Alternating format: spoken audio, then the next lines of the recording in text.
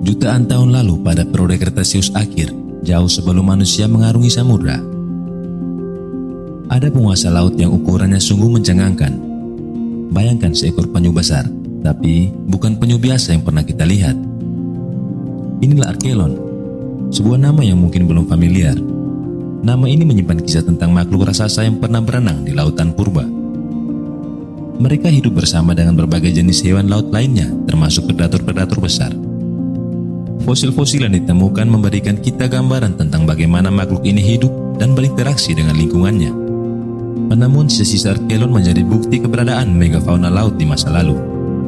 Di pembahasan ini, kita akan mengenal Arkelon, sang penyu purba terbesar yang pernah ada, mengenal kerabat dekatnya dalam famili Protostegidae, dan penyebab kepunahan penyu purba ini.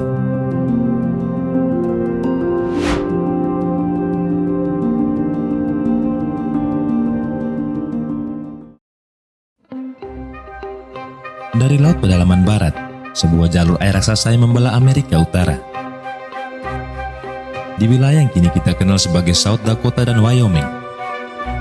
Disinilah fosil-fosil Arkelon ditemukan, mengisyaratkan bahwa perairan ini adalah rumah bagi sang kura-kura raksasa. Mari kita bandingkan ukurannya dengan penyu modern.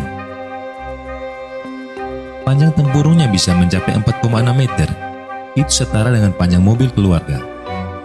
Beratnya diperkirakan mencapai 2,2 ton, jauh melampaui ukuran penyu laut terbesar saat ini, yaitu si penyu belimbing. Bahkan di antara kura-kura purba lainnya, Arkelon berdiri tegak sebagai anomali evolusioner. Ini merupakan sebuah eksperimen gigantisme yang menakjubkan dari alam semesta. Struktur tempurung Arkelon sangat berbeda dengan karapas atau tempurung solid yang kita lihat pada penyu modern. Tempurungnya lebih menyerupai kerangka yang terbentuk dari tulang-tulang rusuk memanjang dan saling bertautan, yang kemudian ditutupi oleh lapisan kulit yang tebal dan kuat. Desain yang cerdas ini memberikan beberapa keuntungan vital, yaitu berat tempurung yang lebih ringan, memungkinkan Arkelon mencapai ukuran raksasa tanpa menjadi terlalu berat dan lamban di dalam air. Selain bobot tempurung yang ringan, fleksibilitas yang diberikan oleh struktur ini membantunya bergerak di perairan dangkal atau saat menghindari tekanan mendadak. Selain itu, bentuk tempurung yang lebih pipi dan memanjang mendukungnya mengurangi hambatan saat berenang. Walaupun Arkelon dikenal sebagai perenang yang tidak terlalu cepat, namun stabil. Perhatikan kepalanya yang relatif kecil dibanding tubuhnya yang masif, tapi jangan tertipu. Paruhnya yang kuat dan tajam menyimpan rahasia penting tentang menu makanannya.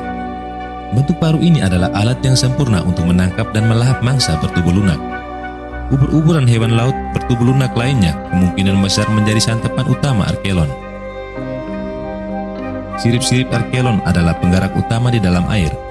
Meskipun tidak dirancang untuk kecepatan tinggi, seperti penyu modern yang lebih kecil, siripnya yang kuat mendukungnya berlayar dengan stabil dalam perjalanan jauh. Ukurannya yang sangat besar menjadi perisai alami terhadap sebagian besar predator laut pada masanya. Sayangnya misteri masih menyelimuti bagaimana Arkelon bereproduksi. Hingga kini, belum ada fosil embrio atau telur Arkelon yang ditemukan. Tapi dengan melihat bagaimana penyu laut modern melakukannya, kita bisa membuat perkiraan yang masuk akal. Penyu laut modern melakukan perjalanan jauh ke pantai berpasir untuk bertelur. Betina menggali lubang meletakkan ratusan telur yang kemudian dihangatkan oleh matahari. Anak-anak penyu yang rentan kemudian harus berjuang keras untuk mencapai lautan. Dengan ukuran Arkelon yang jauh lebih besar, dapat kita bayangkan mereka juga melakukan migrasi ke pantai untuk bertelur. Namun ukuran tubuh mereka mungkin memerlukan pantai yang lebih luas dan terpencil. Telur Arkelon kemungkinan juga lebih besar dan jumlahnya tidak sebanyak penyu modern. Tentu saja anak-anak Arkelon yang baru menetas pasti menghadapi bahaya besar dari para predator darat dan laut.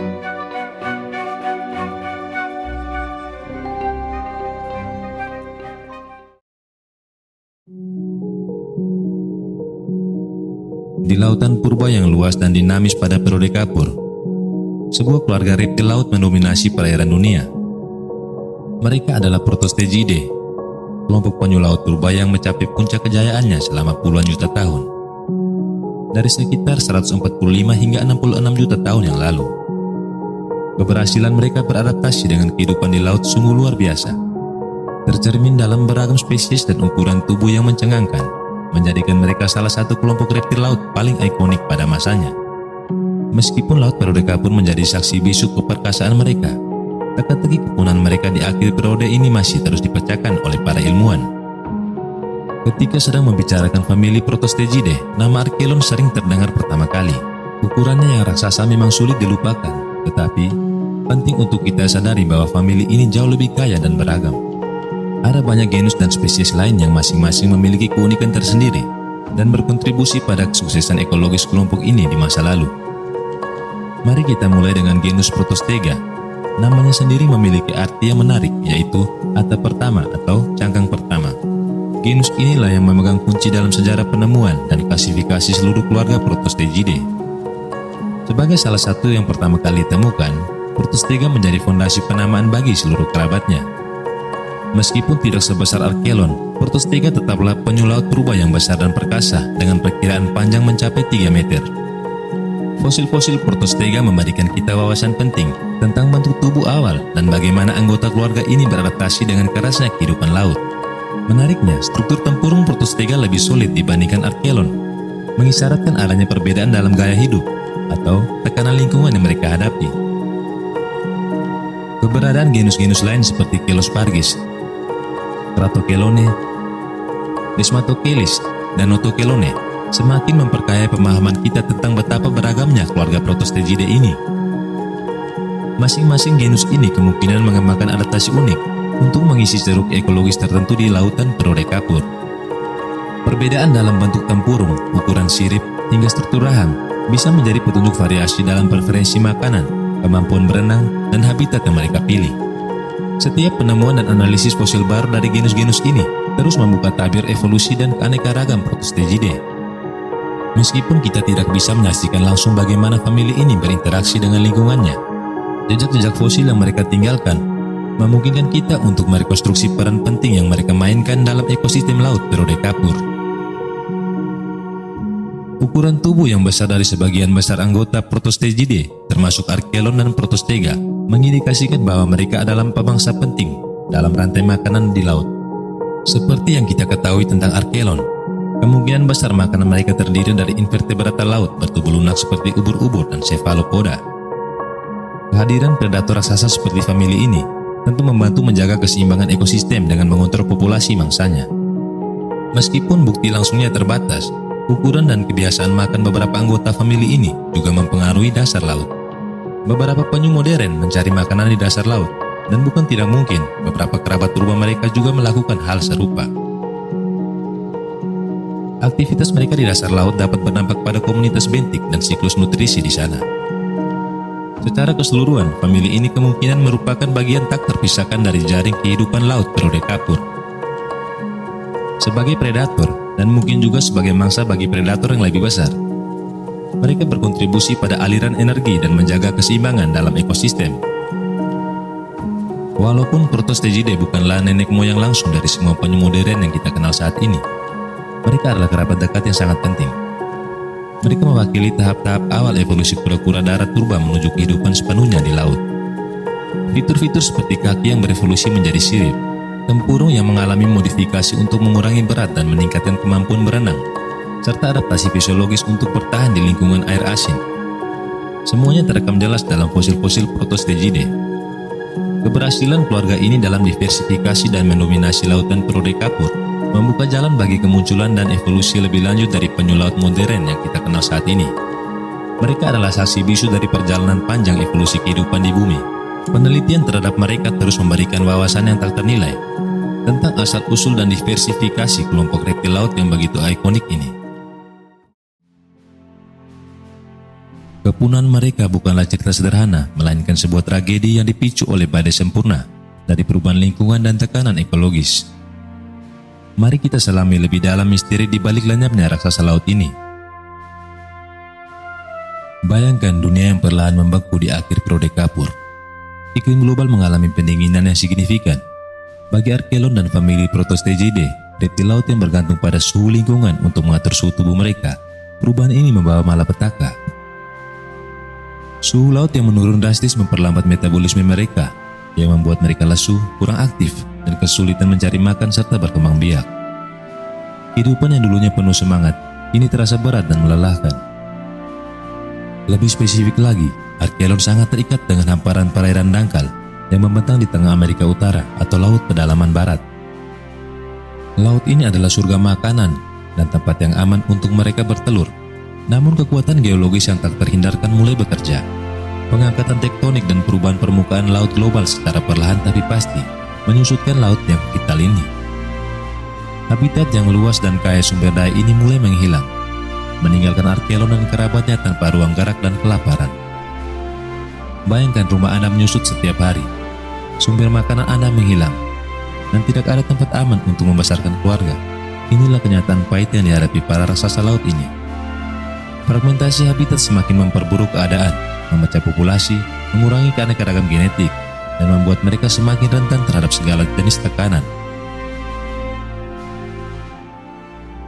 Di tengah perjuangan untuk bertahan hidup, ancaman lain yang mengerikan mengintai dari kedalaman laut. Para predator puncak termasuk Mosasaurus, reptil laut karnivora raksasa ini adalah penguasa lautan kapur.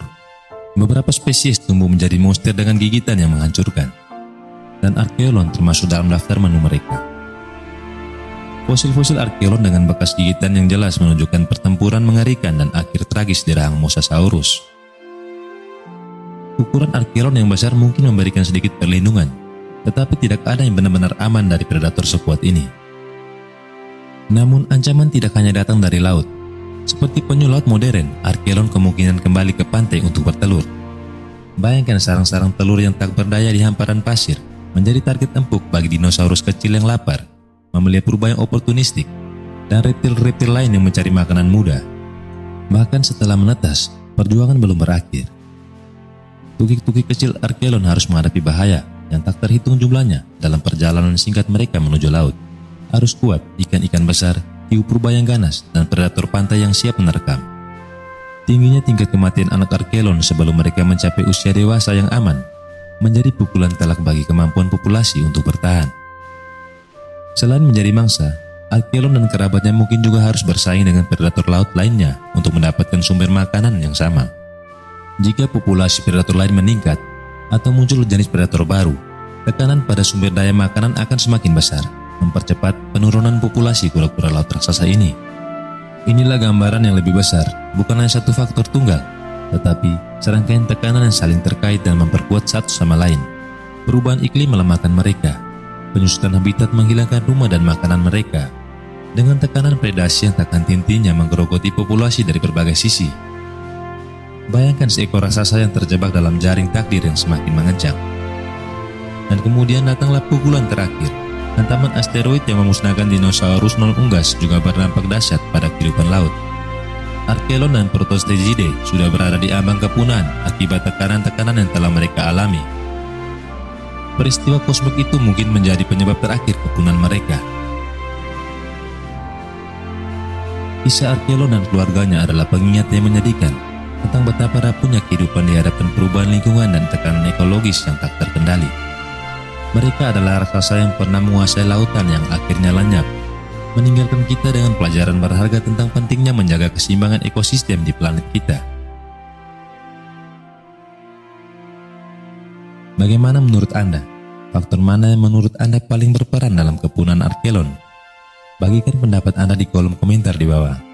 Jangan lupa untuk like, subscribe, dan aktifkan notifikasinya agar tidak ketinggalan video-video menarik lainnya tentang keajaiban dan misteri dunia purba. Sampai jumpa di video selanjutnya. Terima kasih.